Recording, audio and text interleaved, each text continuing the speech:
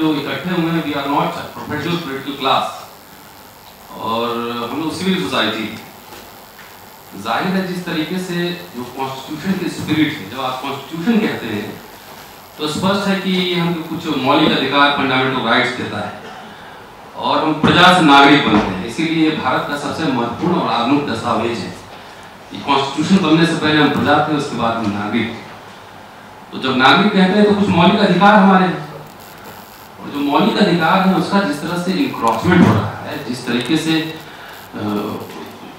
डंडे पड़ रहे हैं, खासतौर से वैसे जो कि वंचित जमात के लोग हैं और विशेष रूप से कहें तो दलित, मुस्लिम और पिछड़ा नाम पे सरकार बनी थी, पिछड़ी जाति से आए हैं तो सरकार लोगों ने उनको मैंडेट दिया।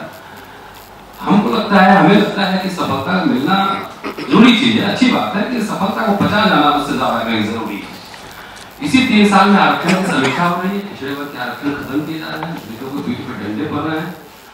ऐसा नहीं कि पहले हमले नहीं होते थे और अत्याचार नहीं होते थे, लेकिन अभी जो रिजीम है उसमें एक फर्क है, एक डिफरेंस है। और डिफरेंस ये है कि इसमें डंडा चलाने वाले भी आप ही, पुलिस भी आप ही, न्यायालय भी आप ही, मंत्री भी आप ही और सरकार भी आप ही। तो एक तरह का जो नेक्सस बन गया है कि कुछ लोगों को लगता है कि ये पुष्यमित्र शुंग का राज वापस आ गया है। तो हम ये बताना चाहते हैं कि भारत की बड़ी जमात है जो आपसे नाराज है, और वैसे भी आपको 31% वोट मिला था, 69% आपके खिलाफ है। तो तोड़ जोड़ रणनीति में हो सकता है कि आप क्षणिक रूप से आप सफल हो जाए, लेकिन एक तरीके से जो आप थियोक्रेटिक स्टेट, बगैर कुछ ऊपर से छेड़छाड़ किए हुए जो थियोक्रेटिक स्टेट और जो मिलिट्री रिजीम जो लागू करना चाह रहे हैं, उसके खिलाफ एज ए सिविल सोसाइटी हम लोग हैं, यहाँ हैं। 30 तारीख को ताल कटोरा में मिलेंगे और देश के तमाम शहरों, भागों में, विश्वविद्यालयों में जाएंगे और लोगों से बातचीत करेंगे।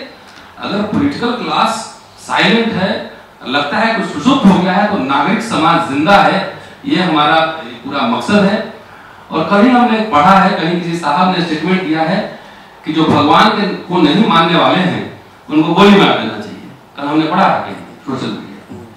तो क्या ये जो सर्टिफिकेट बांट रहे हैं, क्या वो बता नहीं सकते कि चरवाक इसी मुल्क में हुए हैं? ये चरवाक का भी देश है। हम लोग सिर्फ इतना बताना चाह रहे हैं कि ये बहुलतावादी एक प्लूरल कंट्री रहा है, बहुभाषाई, बहुलतावादी, इसमें विभिन्न जाति धर्म के लोग यहाँ पे रहते आए हैं। और जो लोग आज सर्टिफिकेट बांट रहे हैं मेरिट का और देशभक्ति का, उनकी देशभक्ति और उनकी काबिलियत में हमें संदेह। मैं इसलिए कह रहा हूं कि अगर टेक्निकल रूप से देखें तो मुसलमानों ने इस देश पे, इस मुल्क पे 674 वर्ष शासन किया। अगर वो तलवार के बल पर शासन किए होते तो देश का क्या स्वरूप होता, इसी कल्पना आप सब पढ़े लिखे लोग हैं, आप समझ सकते हैं। और जिनकी चर्बी अभी चढ़ी हुई है और लंबी लंबी जबान है, उनके मठ मंदिर उसी समय सब प्रफुल्लित हुए। चंदा नहीं तो चंदे में जितने हजारों क्विंटल आप सोना चांदी देख रहे हैं और गाल भी लाल हो रहा है और चर्बी बाहर पेट में भी आ रहा है। तो अगर तलवार के बल पर शासन हुआ होता तो इतना लंबा वो सर्वाइव नहीं करते ना, फिर पाकिस्तान बनाएंगे। इसी को सब लोग पाकिस्तान बनाया था और सब मिलके। लेकिन मेरे कहने का, हम लोग का जो अंडरस्टैंडिंग है कि ये बहुलतावादी देश रहा है, आपको सत्ता मिली, आपको हुआ, और फिर आगे भविष्य में मिले, हो सकती है मिले, लेकिन इसको बचाइए। और इसके प्लूरल जो पूरे जो इसका स्पिरिट है, जो इसका बहुआयामी बहुलतावादी जो चरित्र है हमारे भारतीय समाज का, उसको आप जहन में रखते हुए जो दलित समाज, जो कुचला हुआ समाज है, उसको और सताइए नहीं, उसके साथ न्याय कीजिए। रोहित बोमुला से लेकर सहारनपुर ऊना तमाम हो जाती है, और उसी वैसे लोग जो कि उसमें संलग्न थे उसका प्रमोशन भी हो जाता है। तो इसलिए इसके पूरे लोकतांत्रिक पूरा जो चरित्र है, इसलिए ये जो टॉपिक रखा गया सेव दी कॉन्स्टिट्यूशन, कि कॉन्स्टिट्यूशन के जो 4 शब्द जो मंजूर साहब ने भी कहा, क्या इस देश की मीडिया पे, इस देश के पूंजीपतियों पे, इस देश के बड़े लोगों पे लागू नहीं होता? क्या समानता कैसे आएगी? क्या ये अडानी, अंबानी और बड़े पूंजीपति घरानों पे लागू नहीं होता है क्या? ये तो सरकार को बताना चाहिए। उन्हीं के आंकड़े से ये आ रहा है सामने कि यहाँ गरीबी बढ़ी है, बेरोजगारी बढ़ी है। आपने तो वादा किया था कि हम करोड़ों रोजगार पूरा करेंगे, सबको न्याय मिलेगा। आप डॉक्टर अंबेडकर के पुत्र हैं, डॉक्टर अंबेडकर की वजह से यहाँ पे आए हैं, तो डॉक्टर अंबेडकर की वजह से यहाँ पे आए हैं। तो गले में माला और विचारों पर ताला। क्या चाहते हैं कि अंबेडकर को सिर्फ पूजा जाए, विष्णु का अवतार बनाना चाहते हैं, कि उनके विचारों को आप लागू करना चाहते हैं? ये सारे यक्ष प्रश्न हैं और हमें लगता है कि कहीं ना कहीं दिक्कत है और एक रेन ऑफ टेरर है, आतंक का राज्य तो है ही। आप एक और दिलचस्प आप इधर डेवलपमेंट देखेंगे कि जब भी बॉर्डर पे कुछ प्रॉब्लम होती है, सेना का कोई अधिकारी आकर प्रेस कॉन्फ्रेंस देता है और सार्वजनिक बयान देता है। क्या ये संविधान की अवहेलना नहीं है? क्या वो ऑफिसर ऑथराइज है? क्या यह बात रक्षा मंत्री या विदेश मंत्रालय को नहीं कहना चाहिए क्या? तो ये एक तरीके से जो कॉन्स्टिट्यूशन का स्पिरिट है उस पे जो अटैक हो रहा है कि सेना भी दिखलाना है कि मैं ज्यादा राष्ट्रवादी हूं। अरे भाई, ये आप संसद के अंडर में ही काम करते हैं, आप संविधान के अंडर में भी काम करते हैं और सब व्यवस्थापिका, न्यायपालिका, कार्यपालिका सबके काम बटे हुए हैं। क्यों आप इनक्रोच कर रहे हैं? और एक तरीके से इस तरह का जो एक्टिविटी है, आप देखिए सहारनपुर में पुलिस के सामने डंडे पड़ रहा था, कौन इससे इनकार कर सकता है?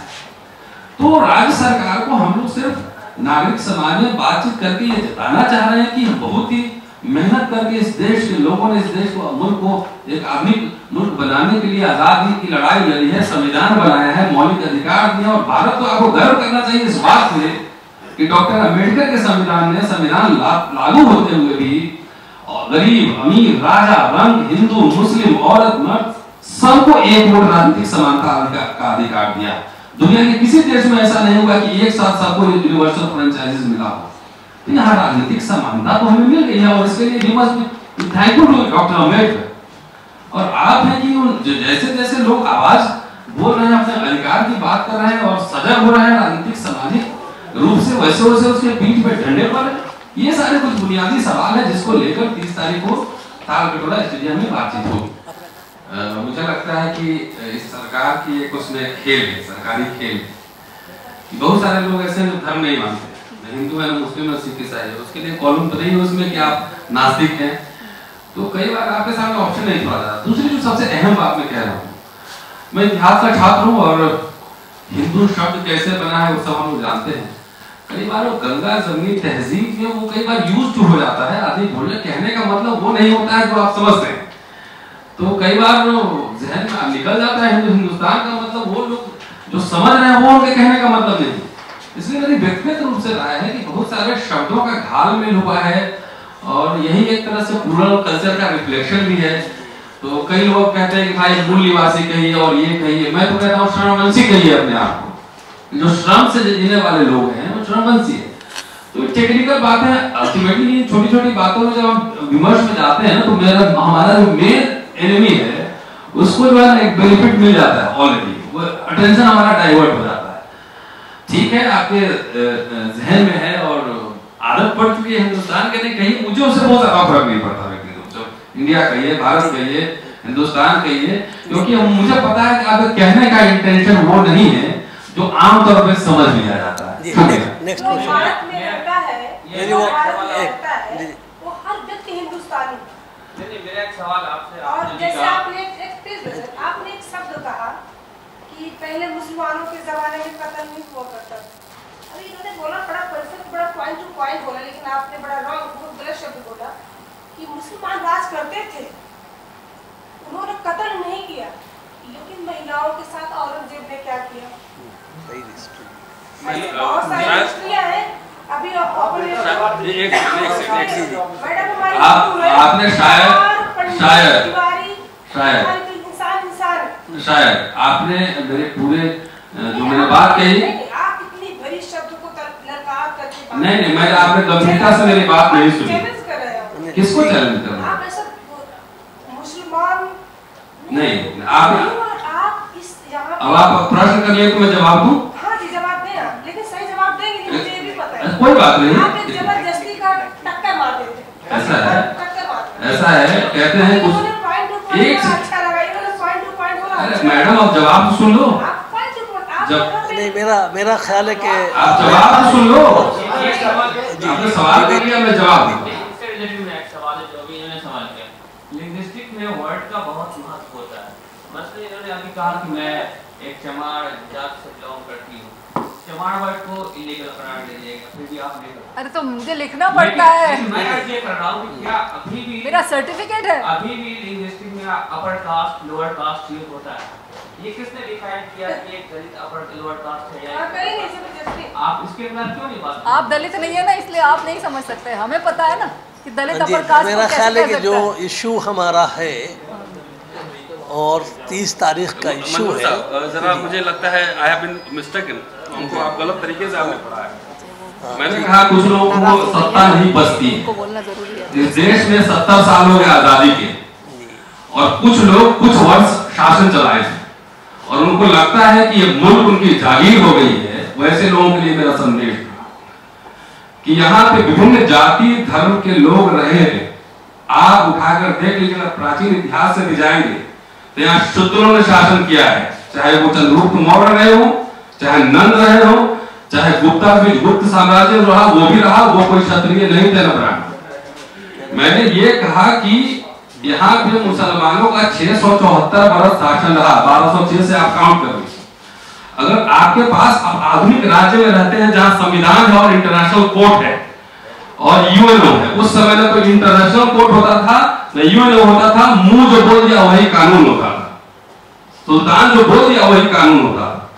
तब भी इस देश में हिंदू मुस्लिम विभिन्न जातियां विभिन्न संप्रदाय इसमें सर्वाइव किए। कितने करोड़? इसका आंकड़ा आप पता कर लीजिए, जितने भी करोड़ रहे हो। उस बातों को छोड़िए ना। नहीं, इसलिए मैं कह रहा हूँ ना, आप जिस तरीके से पुलिस से पिटवा रहे हैं, अभी 125 करोड़ लोग, ठीक है, 125 करोड़ लोग तो लगेगा ठोका ठोकी। कैसे लगेगा? आपके पास पुलिस मशीनरी है, प्रशासन है, आप उसको दमन के लिए इस्तेमाल करते हैं कि न्याय के लिए इस्तेमाल करते हैं, ये आपको बताना पड़ेगा इस मुल्क के आवाम को। ये आपको बताना पड़ेगा कि आप जो है उस पुलिस मशीनरी का, सेना का, अपने एजेंसीज का दमन के लिए इस्तेमाल कर रहे हैं, मारने के लिए इस्तेमाल कर रहे हैं कि न्याय के लिए इस्तेमाल कर रहे हैं। ये संविधान की व्याख्या करके बताना पड़ेगा, नहीं तो सुप्रीम कोर्ट भी है, न्यायालय भी है, तमाम चीज है, इनको आपको बताना पड़ेगा ना। खाली आवेश में बोल देने से बात नहीं बनती है।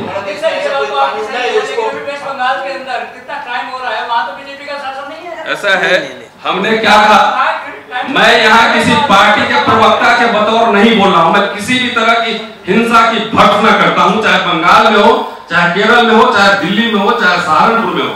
लेकिन यही बात जब सहारनपुर में होती है, यहाँ से सिर्फ महज 180 किलोमीटर दूर सहारनपुर है और भारत के सबसे बड़े बड़े मीडिया घराने यहीं बैठे रहते हैं, प्रेस क्लब में बैठे रहते हैं, लेकिन किसी ने जहमत नहीं की जाके वहां से रिपोर्टिंग करे, 4 लाइन लिखे, एकाध इंडियन एक्सप्रेस को छोड़कर, एकाध टीवी चैनल और सोशल जो छोटे छोटे ये वेब पोर्टल है उनको छोड़कर। तो ये है आपकी मीडिया की, जो है ना, मीडिया की आपकी असली जो औकात है, ये है कि आप भी पार्टीजन हैं। आप भी देखिए, आप अगर कह रहे हैं तो मैं तो कह रहा हूं, मैं हिंसा को कंडेम करता हूं, हम सब कंडेम करते हैं, चाहे जिस तरह की हिंसा, लेकिन आप भी अपने निष्पक्षता पे एक बार जहन में झांक के देखिए कि आप क्या है।